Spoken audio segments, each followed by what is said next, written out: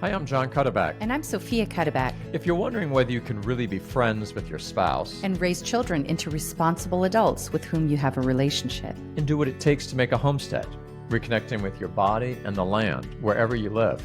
If you just want to think more about how to make a truly happy home in our trying times, then the Intentional Household, a LifeCraft podcast, is for you. Join us.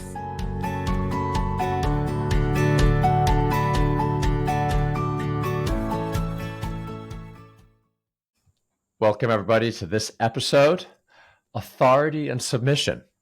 Is it necessary in marriage? Well, we've certainly decided to take up a hot one here. And I've been looking forward. I've been wanting to have this discussion. This is kind of an ongoing discussion in our marriage over the years for obvious reasons. Yeah. I'm sure it is in many marriages. And it certainly is a big discussion out there on the airwaves. Mm-hmm. And it strikes me, there's good reason.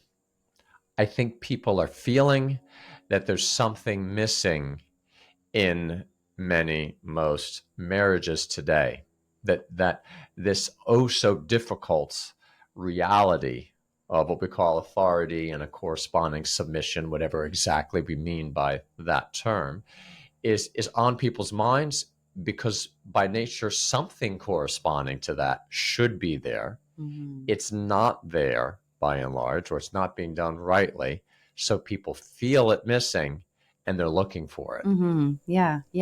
I think it might be part of the reason too why a lot of people aren't getting married, because this notion is a very difficult one to take up. And those who are getting married are feeling hungry for something. So it's exciting too. It's a hard topic, but it's exciting. People are hungry to do it better.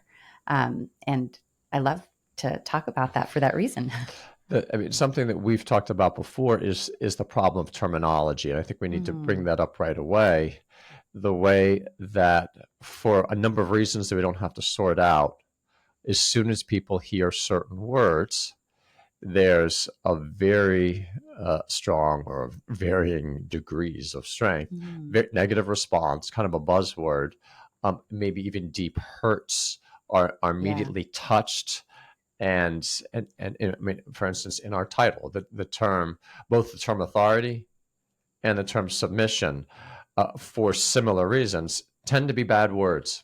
Yeah, for sure. I feel like our experience of authority, I mean, when you think about, in general, our experience of authority seems to be a negative one. Either it's the negative effect of law, or a policeman pulling you over. Oh man, I hate it when I see those blue lights type of thing. It's usually associated with a very negative feeling. Right. And then of course, an illegitimate exercise of authority, whether it be on, national levels, your local level. But most, I think, you talked about a hurt being touched. I think probably most of us have had an experience of someone very close to us betraying real authority and using their authority in an illegitimate way, which of course then really produces a very particular kind of wound. And so there is a strong reaction, emotional reaction to the word authority. I'm always, when I think about it, I'm just kind of wondering, I wonder if all of us do a little exercise of kind of trying to remember an experience or a moment where we kind of experienced someone in legitimate authority over us, exercising it wisely. Can you connect with that feeling? It's interesting kind of go, let me think about that. So it's kind of, I think it's telling that we have to work that hard to come up with a real experiential memory of the goodness of real authority being exercised in a good way. Well, I think that's a great point. And something that really strikes me as you say that is this, something we have talked about before, something that's a super important issue is authority over children, and how, we might have said a child's first experience of authority is the parent's authority over them. Although right now I'm going to say something that might seem a little odd, but I think is worth at least considering. In God's great plan of nature, I think probably the kind of most primordial just meaning first in the order, the most root authority in human living is actually that of a husband vis-a-vis his wife, because that's prior to any authority over children. Sure, absolutely. And I might even go further, that the child's first experience of authority is how it's exercised between parents. Mm-hmm. And because the authority of parents over children is something that is a kind of further exercise. It's part of what they do, of course, as parents, but what we do as parents stems from what we do as spouses. Mm. The marriage itself is always first. It's the fertile ground from which parenting comes. Aristotle simply says, when he's talking about the nature of the household, he says, well, the primordial relationship in it is that of husband to wife. And he says, and then another relationship naturally grows from that one of parent to child. So here we are. We have to take this up. This is such a burning question. Mm-hmm. It's so huge in our age. It's so hard to get right. Mm-hmm. But in many ways, it's a key, a fundamental key in human life itself. When you consider that, where does human life begin? It begins in the love of a man and a woman in marriage. And in that marriage, an essential feature, not the most defining feature, but an essential feature of their married relationship is that a man has authority and a woman lovingly accepts it. Well, we might say a man should lovingly live his role, and a woman lovingly accepts that.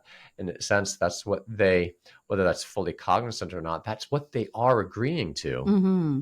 when they get married. Yeah. I mean, just when you put the context of this is how children first experience authority is through the exercise of authority between their parents.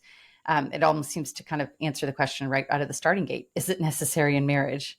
If that becomes the first place where children, most human beings, okay, every human being is a child first, most effectively in the affective sense, in their emotions experience, not just in their intellect, experience an exercise of authority, then it seems to me that it's going to be a necessary part of marriage. But before we even go on there, Although people could say, well, I just set it up to be that way, and then I was wrong, and that rather their first experience should be of the parents to them and not between the parents. Sure. And that I've, right? Yes, but I guess that's maybe that's what will become clear in our conversation, whether or not it's just a construct.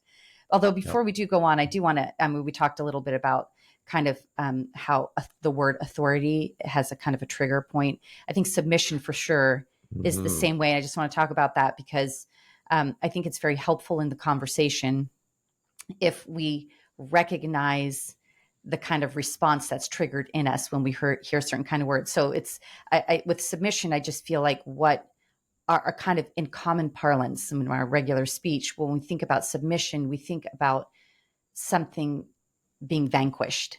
So in other words, like something having been conquered and then kind of having to lay belly up, so to speak. Yeah. And so it's kind of a word that we kind of mostly associate with the conqueror and the vanquished. Right. And you talked about the Latin roots of the word, which is beautiful, but it makes its own kind of, it makes you realize there's a bigger context than just in the context of the conqueror and the vanquished, that there's another way in which the word submission can be used in a meaningful way. And so, I think that's important to remember. So it's, and I just want to say too, before we embark on this conversation, which again, like you said, I think it touches a lot of wounds on our part of inexperience of difficulty where these things haven't been lived out well in our personal life, that kind of the hackles go up, so to speak, around this conversation. And I think for the conversation to really be fruitful, we have to recognize that there are just going to be certain buttons that are pushed and hackles will go up, and that we need to kind of work intentionally to stroke down those hackles, at least just for the period of this conversation, so that the conversation can be really considered from all angles. And we can really have a fruitful discussion about the difficulty involved here. And maybe we'll discover something that we wouldn't have expected that's more amazing, even if challenging. It's more amazing than we had realized. Yeah. Yeah. And That's so certainly we the hope. just I think we should ask the Lord to help us in this conversation, to help us to discover the truth that reality is always better than we've yet Mm-hmm. realized, and sometimes it's surprising. Mm-hmm. So just to close the loop, then if this is important, it comes up all the time for me as in doing teaching philosophy and trying to do philosophy and pursuing wisdom. uh, Words can have similar, related, but different meanings. So if the etymology of submission is to kind of put yourself under something, someone who's conquered is now under the conqueror. But there can be a different kind, and here there is indeed a kind of putting under, but a very different kind of putting under the loving care to which a husband is called. Mm-hmm. I mean, I think that's why there's a basis for the term submission. I think it might be more fruitful ultimately just to talk about a woman's acceptance, because in a sense, I mean, really, I think that is both a man and a woman together have to accept what's being given to them. So in some sense, a man has to accept his authority, and a woman needs to accept that same authority from the position of it's something that the man is going to exercise in view of their common project, exercise vis-a-vis her. So maybe we should just start with, I think, what's a super, super important philosophical principle. All authority is ultimately rooted in some great common good that needs to be pursued, that needs to be even served, that Mm-hmm. needs to be cultivated. So if in God's providence, a natural plan, there are distinct roles. Those roles in the marriage are for the great good that a husband and a wife are trying to forge together. When a man and a woman get married, they are immediately agreeing to do something larger than either one of themselves. Mm-hmm. It's not just a contract where I'm seeking something better for myself. So I make a contract with you to try to Mm-hmm. get some great individual good out of this. We're agreeing, even if we're not exactly sure what that is, we're to make something big together.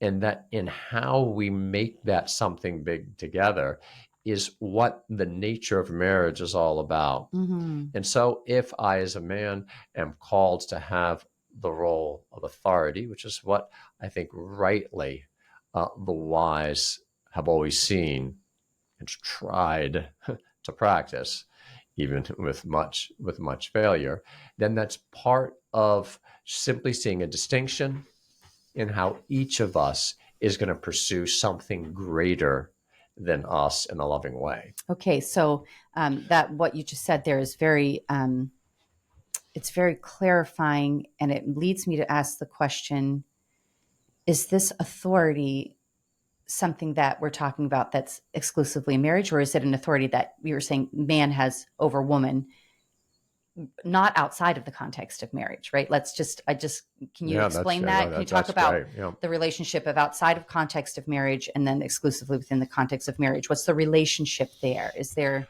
And that leads us to because there's a lot of misconceptions here. There's a Mm-hmm. lot of misconceptions. Indeed, do you mind? That's such a great question. Can I just go back one step? Because I think this is important in your question. It helps us frame it this way.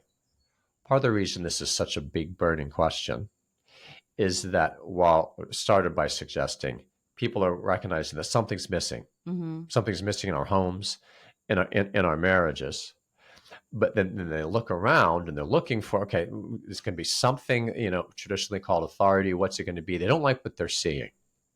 There's a lot of chatter about it also. And I think a lot of people don't like what they're hearing. Mm-hmm. I think both in the accounts that are being given out there and in the way it's actually being enacted, people are tending to see the extremes.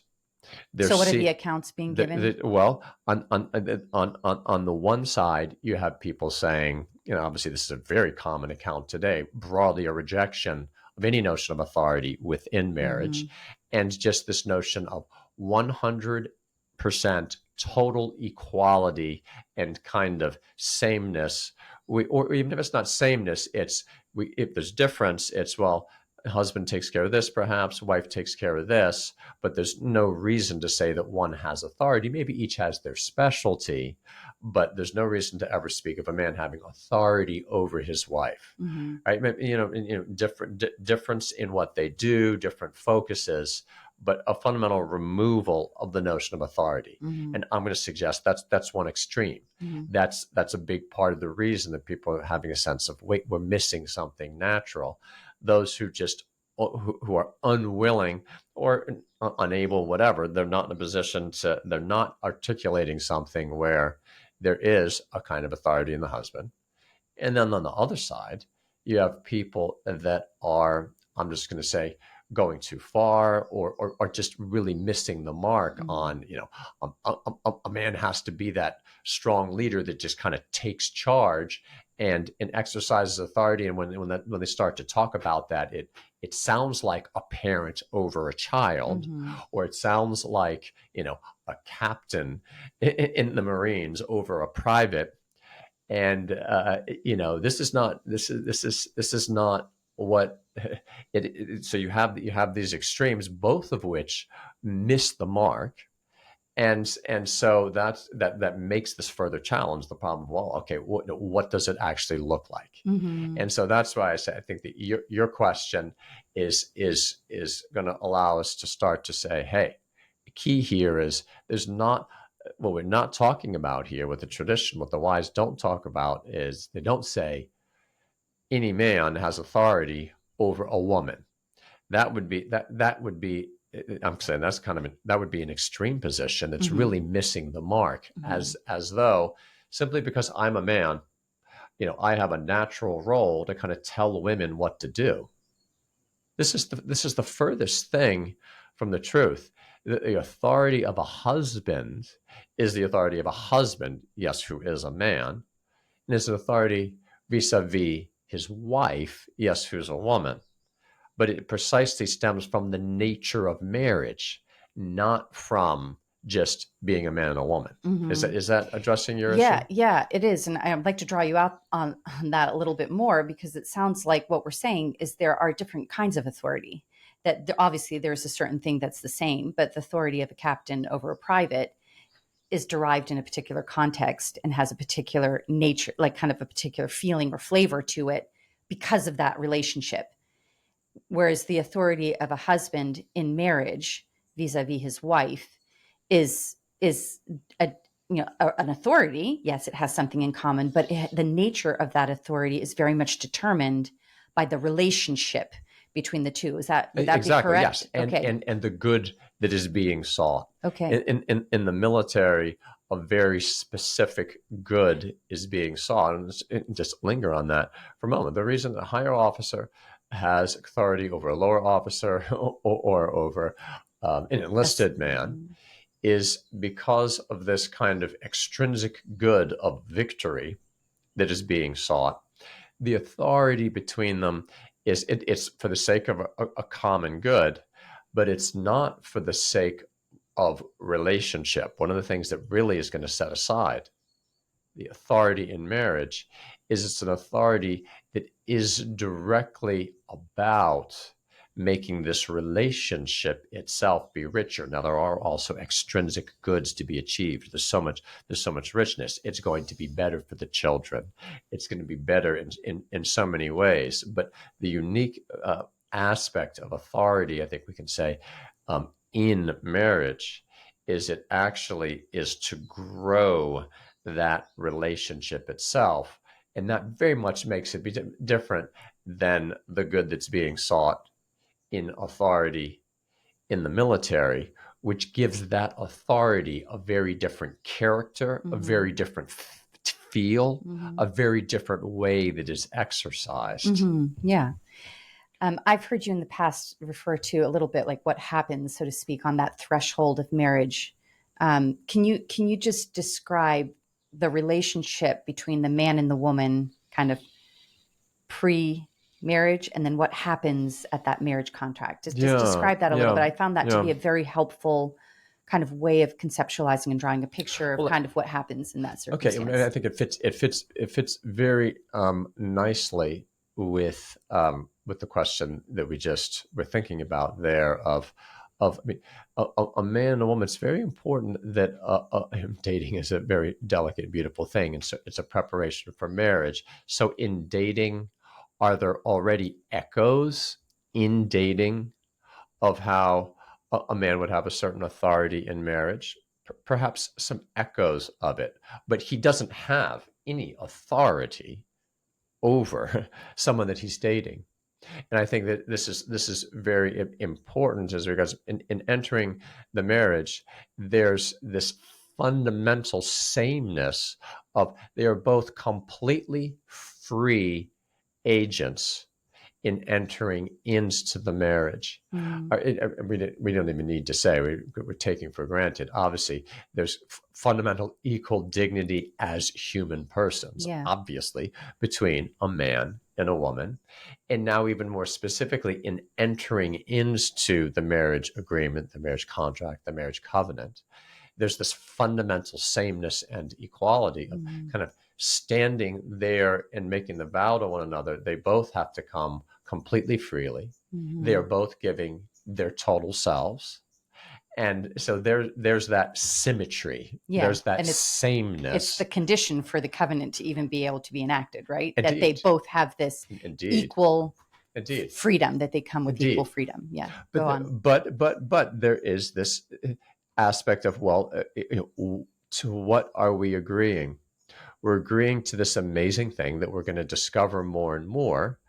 But part of, and essential to, though again, not most ultimately constitutive of it, what's much more constitutive of the marriage relationship is this total self-gift in fidelity, that this promise to be completely faithful to one another, right? This is what we vow, to be faithful until death, right? That's what constitutes the marriage covenant.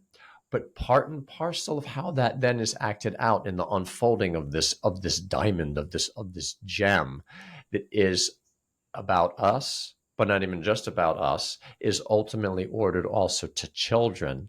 There's this whole wonderful masterpiece that includes in it, by a natural design, that is rooted in the difference of man and woman, that for the sake of this great good, there's going to be a kind of asymmetry, a beautiful and wonderful asymmetry. There's just a difference there, where the man is going to have to accept that he's going to serve by saying, I am willing to step forward and take first responsibility and take first authority. And a woman has to also discover what that means for her and how she becomes a partner in his doing that. And what she discovers or does in that circumstance in order to allow him to exercise or take on responsibility for the flourishing of the relationship, their relationship, and what flows from it, is that she has to accept the authority in order for it to be real and enacted, which is then a kind of yielding, or what we then call submission now, but it is a free donation. Absolutely. Of her acceptance of his taking first responsibility. Right. So again, it's like before marriage, there's no demand of authority and submission at all. Right. Yeah. But once you don't have to get married, but once you choose to get married, there are certain requirements of the design of marriage in order for it to work in the most fruitful way, that you both, as free agents, when you go into it, you're accepting those restrictions, or I don't want to say restrictions, confines, for the sake of flourishing, right? Exactly. I mean, lines of it's. I mean, delineations is a better word. Yeah, on both sides. Yeah, because on for both both sides, it's a free taking up of those delineations for the sake of the greater good. In the a way of serving of that the greater good. Of the family that's exactly right. Yeah. And now, I mean, there's so many issues. There's so many questions here. Someone could obviously reasonably now say, well, why is that the plan? How do we know that that's the plan? Mhm. Right. Or And or go ahead. why is it that the man has authority and the woman has to Absolutely. yield? Why couldn't it be the other way Absolutely. around? So let's talk about this. Let's kind of keep turning this around. It's not as though this is that we're it's this is going to be ongoing discovery. These things hopefully will become more and more clear. The point here is for us to just be working towards a deeper understanding. Hopefully, entering in with the spirit of we're trying to see more.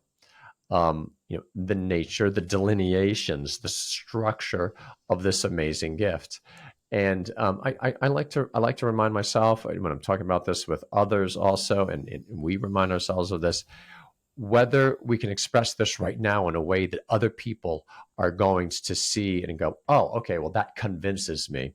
This isn't about convincing people. This isn't Mhm. about coming up with an argument that proves to people such and Mhm. such. Mhm. How do you prove such a thing?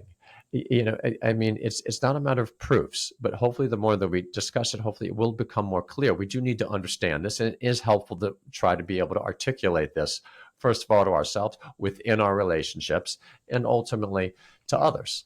Yeah, certainly within ourselves and within our relationship is by far the most important part because we're talking about achieving optimal functionality, Exactly, right? exactly, I think and that's what people are exactly. feeling when they're yearning for something more in their Amen. marriages. And Yeah. I, again, we're going to get into the specifics, but I move forward with the conviction that the more we discover the gift of the natural plan, the more it is going to allow us to be ourselves. Mm-hmm. The more that the relationship of love between a husband and wife, in its wonderful specificity, is going to be able to develop into the astounding and beautiful thing, uh, you know, that it is.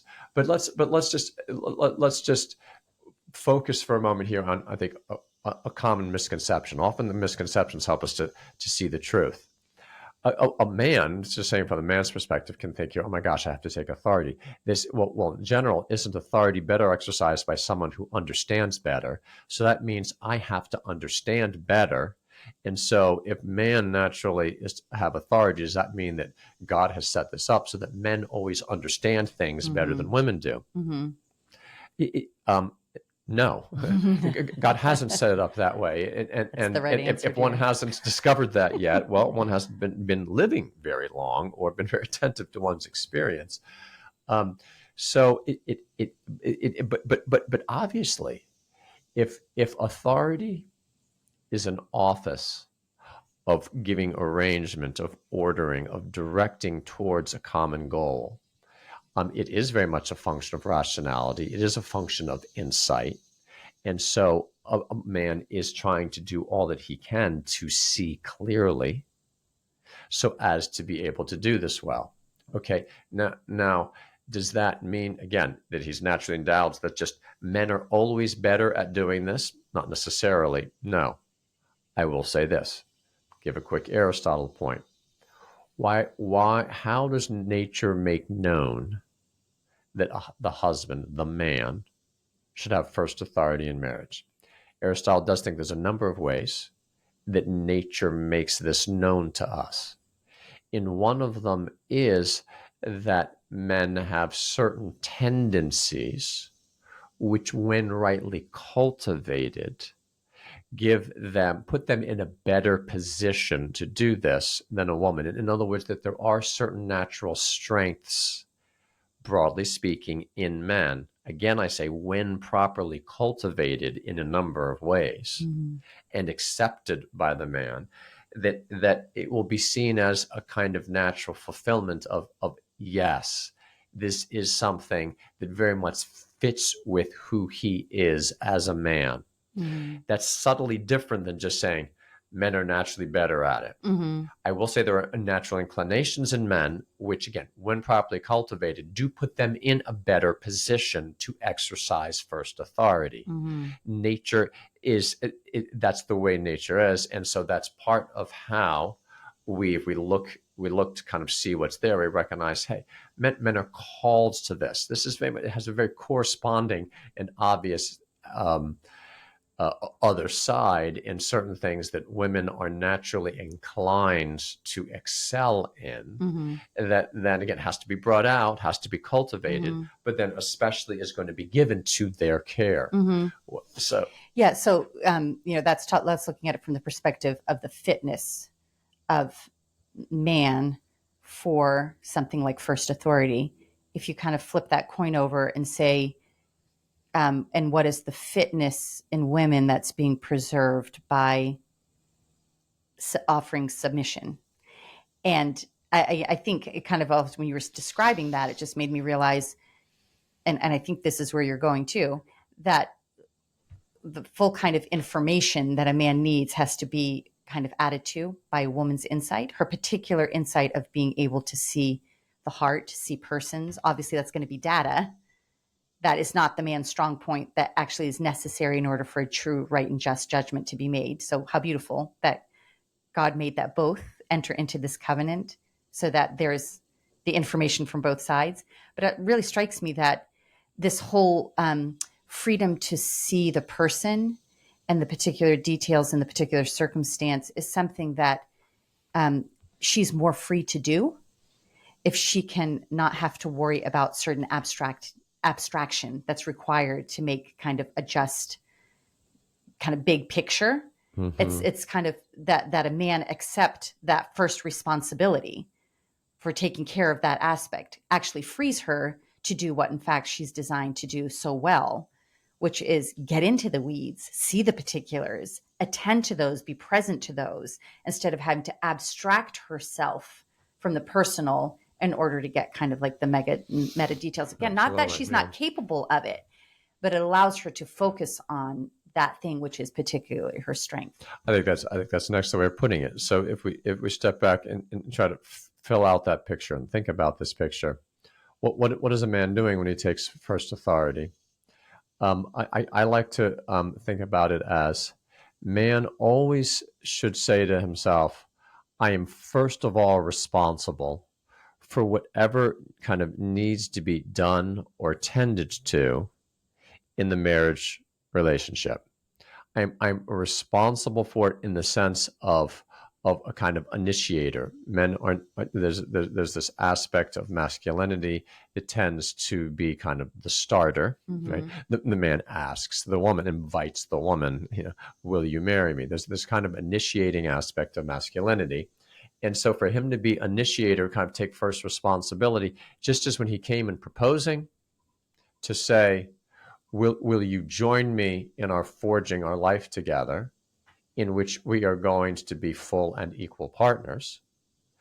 At the same time, he is saying, and he is called to step up into, hey, I'm always going to be willing to keep having this approach of I'll take as my responsibility to initiate. How are we attending to this? Is this getting taken care of? What are we going to do over here? So the first responsibility is it does have this kind of overarching aspect of looking to the whole good and saying, as it were, what are we doing in order to go there? That Mm-hmm. that I think is a really, really helpful way of seeing in this beautiful, wonderful dynamic. As from the start, the man is the one that kind of sought out the woman and invited her into this Mm-hmm. project. He continues in the project to be kind of initiating and saying, all right, how are we attending to this? How are we attending to this? I think it's so important here to recognize the way that first authority actually looks is in this astounding, beautiful shared mutuality of constant looking together and deliberation together as partners in doing this thing. And that's Mm-hmm. where this authority is so different from the hierarchy in the military, where it's so different from parent to child, where the parent is not fundamentally inviting the child into starting to draw them in. It's not fundamentally a relationship of let's discern this together. the role of a husband's authority is one that is to take the initiative in bringing about this constant deliberating together. That's why in marriages where you see it done, and by the way, the proof is always in the doing. Mm-hmm. The best argument that this is the beautiful thing that it is when it's done well. Mm-hmm. And so God grant that we discover those opportunities, whether even in literature, Mm-hmm. in stories, in real life, of the ones where that actually is being done well. And we'll see it doesn't feel like someone ruling over somebody else, Mm-hmm. but it looks like this incredible mutuality, this incredible sharedness, this incredible oneness of heart, this incredible sharedness of judgment, but where the husband is being the initiator. He is And taking first responsibility. and you experience him as responsible, I mean, I just think that is such, I want to underscore that word, taking responsibility, seeing yourself as ultimately being responsible for the outcome here.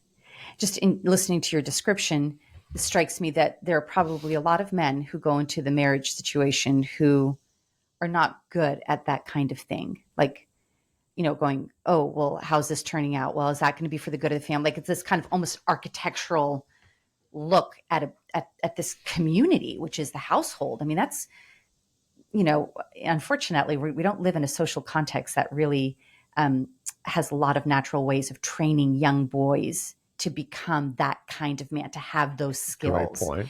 And big part and of our problem, right? Yes. Boys aren't being trained, informed to do this, and that's part of the reason the thing is misfiring. Yes. Sorry, go ahead. So then they enter into that situation, and it's not even, the worst of it isn't even that they're not very good at doing it. They don't even realize that that's something that's incumbent upon them. Yes. And so it seems to me that, the chances are pretty high that most men entering into marriage are going to not really have that skill to a high degree. And that doesn't seem to be the issue. The main thing seems to be recognizing this is what I take on, is the responsibility for those things. And that's part of what the beauty of working out marriage is that you begin to grow in those skills. And so, and certainly a large part of the relationship in marriage is that a wife is able to help her husband to develop those skills, first by requiring it of him, right? Saying, you are responsible for this. Yeah. Well, have you ever thought about this, dear? I mean, actually, this is part of the household. You need to figure that out. Right. Now, of course, the relationship is they're going to work together to figure it out, but it's his responsibility. And so, or at least his responsibility to initiate first. Yeah. It's not as though she doesn't participate in that. And she can even bring to his attention first, because part of the issue is he might not even notice. Right. Yeah. But it's that moment once he notices, I'm responsible for this. And that's what seems to make the difference, is to take the burden of responsibility upon his shoulders, not whether he's perfect at enacting it or seeing everything or noticing everything. That's part of the work of marriage. That if it needs to be seen and he hasn't seen it, the wife is going to bring it to his attention.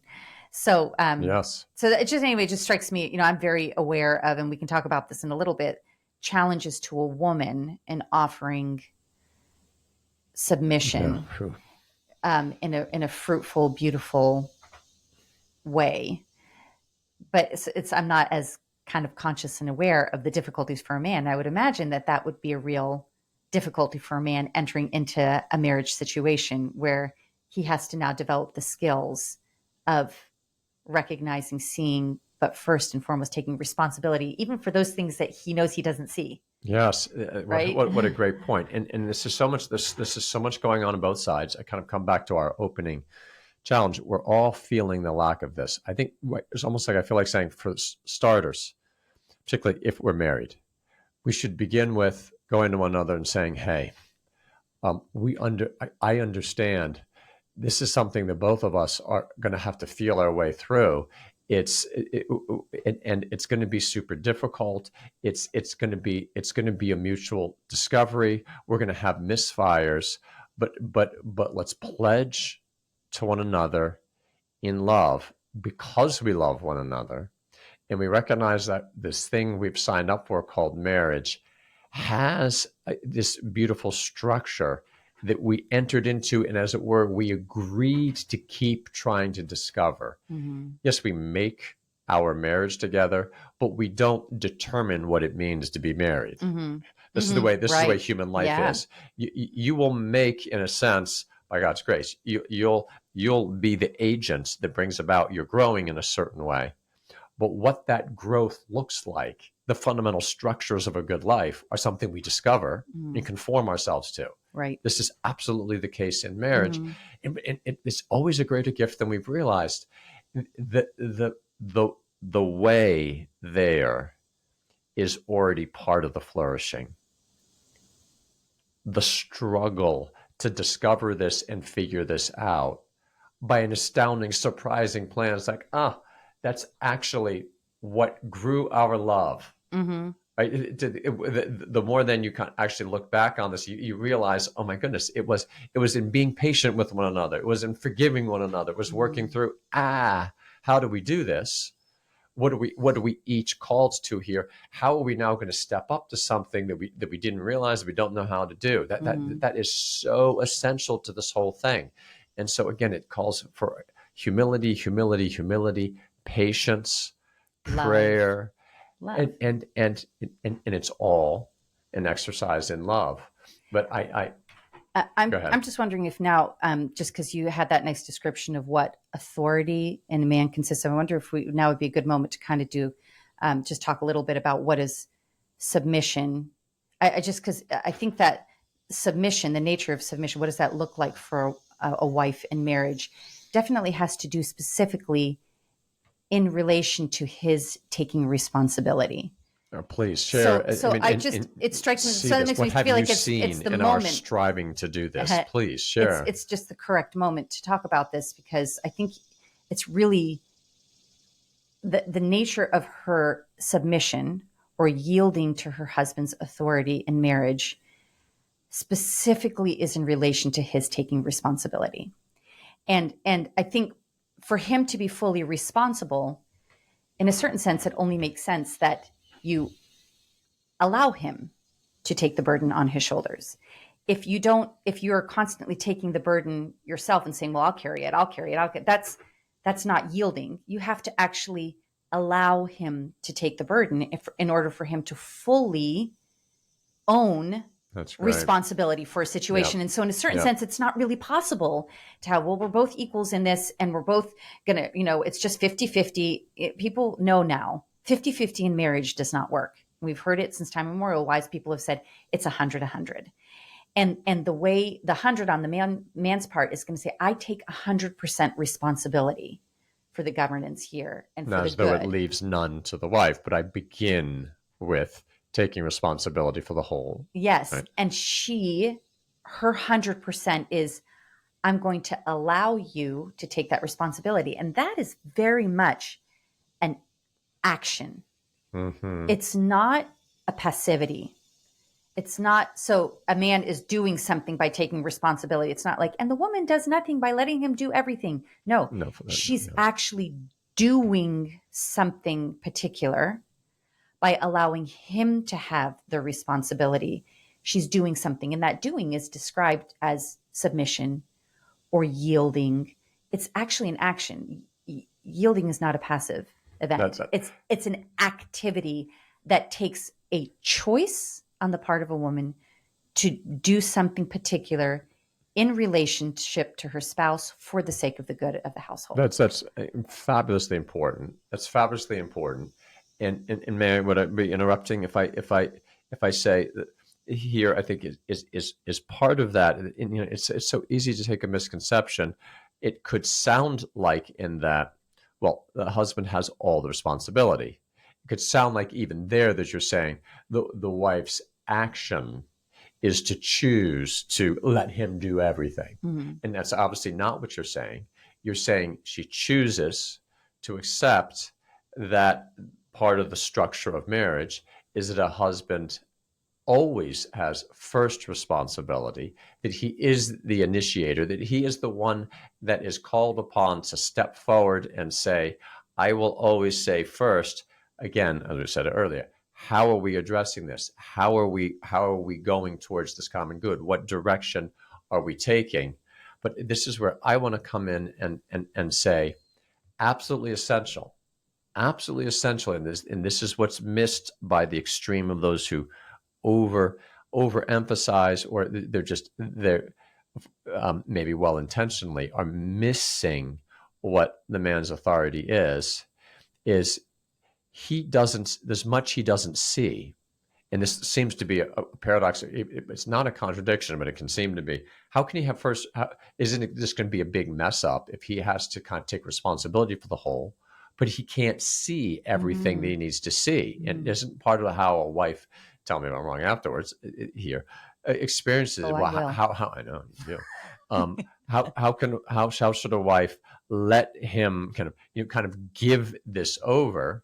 When she sees, there's a whole bunch of things that she sees that he doesn't see. This is a very delicate thing. Essential to the right exercise of a man's authority in marriage is that he see that part of the plan is there are a whole set of things that she sees better than he does, that he needs to learn to see through her eyes. Absolutely. And that is going to be key in filling out this communal understanding, because at the end of the day, it's about us. It's about relationship. It's about our together pursuing this great good that we are pursuing with a common understanding. We are constantly in conversation, seeking to grow in understanding together. That's why I think it's so important to point out in our experience of this. While first authority does mean, and this needs to be directly said, first authority does imply that where there's, maybe we should have said this earlier, but this is what people's minds first go to. But maybe it's good we didn't say it earlier, because this isn't the heart of the matter. But if there is, as regards some important matter, or even a lesser important matter, something that impinges upon the good of the family, there's a disagreement. We just can't see eye to eye. This is where common sense makes clear it is necessary that there be a first authority for the sake of the good that's being pursued together. If the two just can't see eye to eye, this is where first authority does imply that he's got to make a judgment and say, okay, we're not agreeing. This is what we're going to do. Now, he might indeed decide that we're going to go with your judgment rather than my judgment, but it's his responsibility to make that judgment. Yeah, and of course, when we haven't come to see eye to eye. And of course, that's a very, very heavy burden. And so one would hope that when it comes to that moment, the husband exercises his authority by being scrupulous about considering all the information and making his best judgment, right? So, Absolutely. It's a huge burden. It's actually it is a burden, a really rotten moment to get to that point where you just have to go. All right. Well, how about if we don't? It's a very difficult, maybe not rotten. Okay. Yeah. I mean, you can experience it, but it's just hard. It's a big burden. It is hard, and part of what I want to convey there, it doesn't sidestep the issue, but part of the beautiful thing is, in our experience, this has been anything but perfect, primarily because of my failures in understanding this and bumbling through it. We could spend a lot of time, which we're not going to. I hope you don't bring it up too much, of how I failed and how we've had to bumble through it.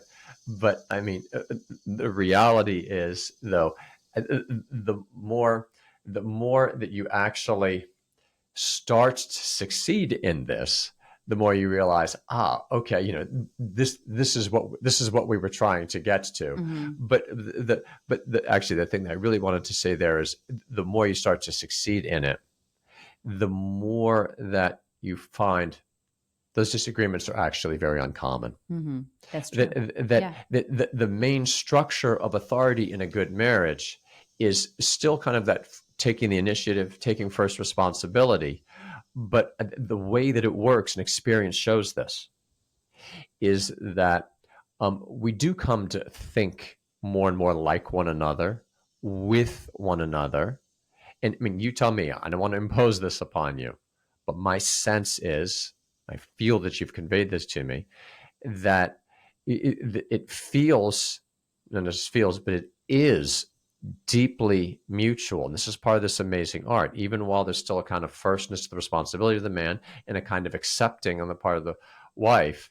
There's this profound, incomparable mutuality of, we think this through together, we come to mutual understanding, Mm-hmm. and we take responsibility for what we're doing here, ultimately very much together. We both, by a natural plan, are responsible for our marriage. To Mm-hmm. say the man has first responsibility doesn't mean a woman isn't responsible for the marriage. We both are fundamentally responsible for what goes on here. Mm-hmm. Yeah, there's we nothing flaccid about her we, role. we are Yeah. we come to these agreements, we learn from one another.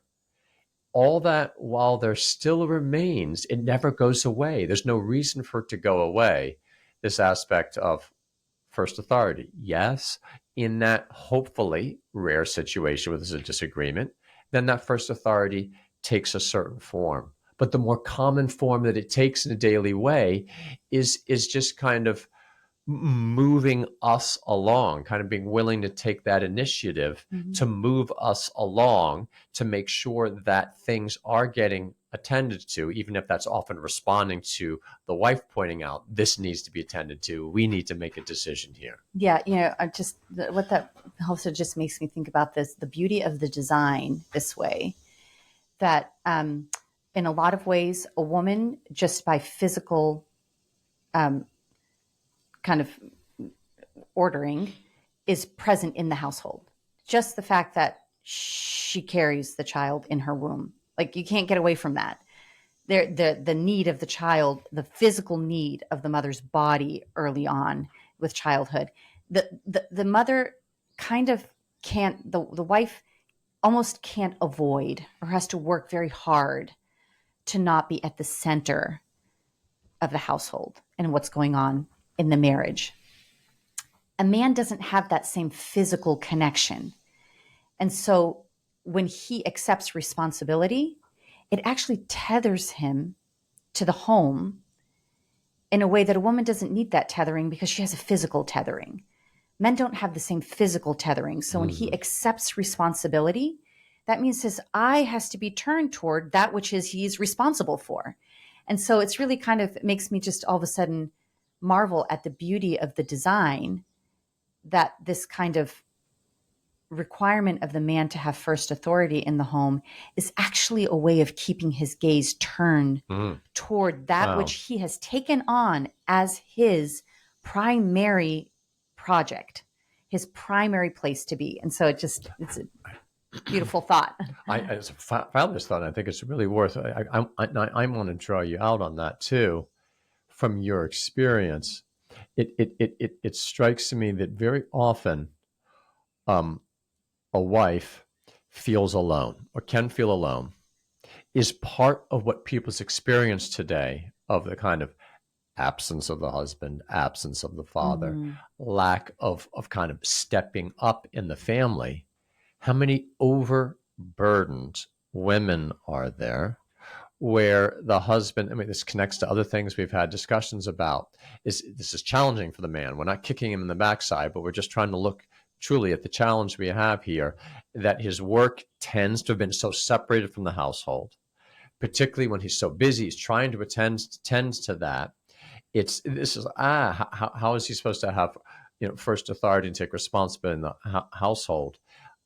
Very often key aspects of what's going on in the home, the formation of the children, just it leaves his mind, Mm-hmm. and it's hard for him to keep that present. And then a woman can feel alone in that, Mm-hmm. and as we're overburdened with just having to do this alone, Mm-hmm. doesn't really have his deliberation involved, doesn't Mm-hmm. have his support and His presence there, attention. the attention, and Mm-hmm. so, And that's when you know, then the exercise of his authority begins to feel not legitimate. The woman's experience of his authority in the home, when he is absent in attention, in focus, in making it the center of his responsibility, then you think, well, what business do you have to come around and start pontificating about things? Oh, so you're saying almost like shows up now and like, okay, here's how we're going to do this. Here's how we're going to do because that. His authority is fundamentally rooted in the relationship that is constituted by their marriage. And so if there's no relationship, because he's not turning his eyes toward and relating to this thing, which is her life, then she experiences it as you're taking the authority, but not the relationship part of the commitment. Now this brings out a fascinating angle of authority well exercised as a boon to relationship, as precisely how the relationship of husband and wife grows. In how many marriage relationships is there this issue of, again, a kind of alienation, kind of separation, a kind of loneliness of a woman not feeling understood? And how often is, what's needed there is the husband to have, again, turned his mind, turned his heart. This isn't just a matter of authority, but right now I think we can connect it. I mean, hopefully in love, he's trying to always be attentive and always be looking. Marriage calls for that. It doesn't call for the impossible, but it calls for a lot. And the point here is not that there aren't areas where, okay, times the wife is attending to this or the husband attending to this, and they don't have to always be there in the room together doing it or always thinking about it together. But nonetheless, but one's intentional presence. They do need to be very present to one another. This sense of indicates that I am understood, that what I'm doing right now, and this goes, of course, both ways, I'm doing right now is present to, is understood, is appreciated, is sympathized with. And this aspect of, this is what really strikes me in the way you just put it, the aspect of a man being called to first authority is an astounding and beautiful way that by nature he is called to stay fully engaged in everything that's going on. Again, maybe even sometimes somewhat from afar, but not to have been completely abstracted. That he's in the game, that he's right exercise of this authority always means listening, looking, discovering. It's the same thing as regards to authority towards our children. It's a nice analogy to what you just said. Children experience it very poorly if kind of a dad shows up and, hey, what are you doing over there? Where he hasn't been very much engaged in seeing what's going on with the child. Or even if he's giving the child direction that is actually a good direction, if it's kind of for the first, it's experienced as, now you're looking at me, then unfortunately, even the good direction is experienced negatively. Right. Because, and I would say, you just said a couple of times, it's not that they have to be present in the room together all the time. And of course, the dad does have to go and do other things. I think the operative thing here is that the thing that we have both committed to and a promise to one another at our marriage, which is our household that obligates us, is the thing against which we order all our other decisions and choices. So even when a man goes out of the house to do work, his profession, etc., there's a sense in which even that encounter, he orders it in relation to his marriage commitment to his wife and his family. So it doesn't mean you can't go out and do other things. I mean, surely a mother does all kinds of other things too, and she's not just exclusively at home all the time. There are other things that she's engaged in. But the reality is that both of the spouses have to order everything else that they do in their life in relation to this first commitment. And I think that's how often if a man doesn't order the things outside of his home in relation to what's his home life, that's what the wife and children experience when he kind of parachutes back in for dinner and all of a sudden has a lot of opinions about, how the dishes are dried and, how the kids are, putting their socks away, et cetera. It feels kind of like, what are you doing coming in here and having something to say about that? Versus an experience of a man who is ordering even his external life in relation to what's at home. You actually experience it as different. Well, then it sounds like, and I think this is key, going back to our original question, authority and submission, is it necessary in the household? So many facets to this, but the the more we start to discover it, the more, again, we discover that this is what is given to a man and a woman who love one another, who want to make one life together. This is what's given to them to figure out, to find the way to, they're having that loving relationship that they so badly want to have, their interaction, where each feels known, loved, and affirmed. And this might not be immediately intuitive, but I suggest this with absolute confidence that it is so, it by a natural design, it's not the exclusive cause here, but again, it is absolutely an essential feature to how a woman and a man both feel that they are being seen and accepted for who they are. So let me cast it this way. It's by accepting my first authority and trying to discover what that means and live it well, including what that means, that understanding what that demands of you, and all the challenge that will be for you. That is key to your experiencing that I understand you, and that I am really loving you. And likewise, from a woman's side, as strange as this might sound, it ultimately is only going to be the man who is really trying to discover and live first authority, that she will feel understood, taken care of, and loved the way that she needs to be, the way that marriage demands, that this is actually how that loving, romantic, total, interpenetration, giving of one another, this is actually the way it works in a day-to-day way. Yeah. Does that seem reasonable? Yeah, Am I exaggerating? totally. No, it's a beautiful description of it. And the way I would say, it's like marriage demands something from both the man and the woman. The nature of marriage demands something from each of us. And it's only really a happy marriage if both people say yes to that demand. In the one case, it's the demand of receiving, of accepting of the first authority. And in the case of a woman, of receiving and accepting the requirement to allow the man to have that authority.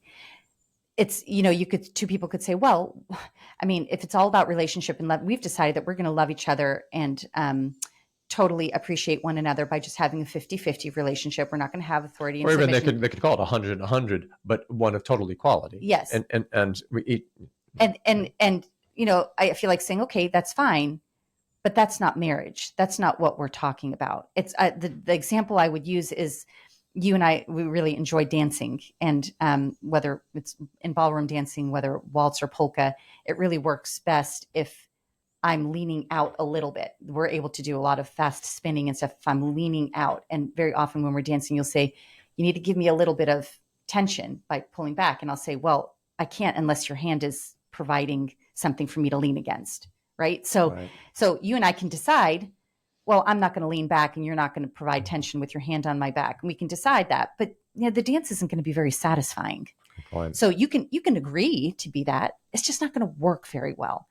We find that in dancing, it works really well if I really lean back. But I can only really lean back if your hand on my back is providing some tension. And so I kind of feel like what's required of man and woman in marriage as regards first authority and submission is kind of like that. Both are doing something that needs to be done in order for the dance to be optimal and really satisfying and just so wonderful. Amen. But both people have to do their part. Amen. And you know what that just reminds me, and maybe this is a good place to move towards wrapping up, is it's always about love. And this is how, again, by astounding design, we didn't make it up. We couldn't have made it up. It's better than anything we could have made up. We're going to discover that this is how the love that when we first fell in love. Love, in some sense, is something you fall into, but then most important sense is something we have to forge together. This is going to be the way that we're going to forge it. And I want to say, don't be afraid. We need to look at one another sometimes and say, I know there's others that are doing this badly. I know this can be very ugly. I know that maybe another in your life in the past, in some form or fashion, has set an example. You've seen things that are so ugly, that are so scary, that makes you think, how can this possibly be done well? And then you look at me and you wonder. And I'm just here to say, I'm going to do everything I possibly can because I love you. This whole authority and accepting of the authority thing is fundamentally how to live out the loving relationship that's absolutely unique, the strongest kind of relationship that can possibly be between a man and a woman joining together in a generous relationship that is open to something more than just us. It's never just about us, though in doing it well, we come to our full fulfillment, but it's a way of being generous and loving and looking outward, especially towards children and others. If we're willing to really do this, we have to say, particularly now as we look around, we're not going to be daunted by the fact that authority is often exercised so badly. We can't be scared by the fact that there are people that are talking about this in ways that misrepresented, that are not true, that are damaging. The way that we in love for one another, we're going to do something different. We owe it to ourselves. We owe it to our children. We owe it to anyone that we love, that we're not going to be daunted by other people's failures, by other people's misunderstandings. The best thing that we can do is to try to live it. The proof is always in the doing. And in humility and patience and love and mercy, we're going to step forth, we're going to pray, and we're going to do our best, and we're going to forge something amazing. Yeah, we're going to fail forward in love. Amen. Right. Yeah. There it is. Well, there's so much more to talk about there, but we will continue. Yeah. We certainly are going to continue this discussion and try to understand it better. Thanks for joining us in our discussion here today.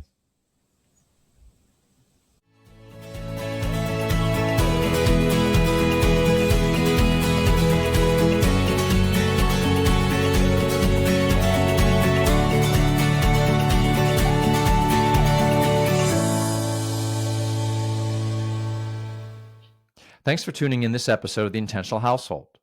If you've enjoyed this, please like, subscribe, and leave a rating or review. If you have any topic requests, please send them to lifecraftgroup@gmail.com. For our Wednesday reflections, free courses, reading groups, and live events, please visit life-craft.org.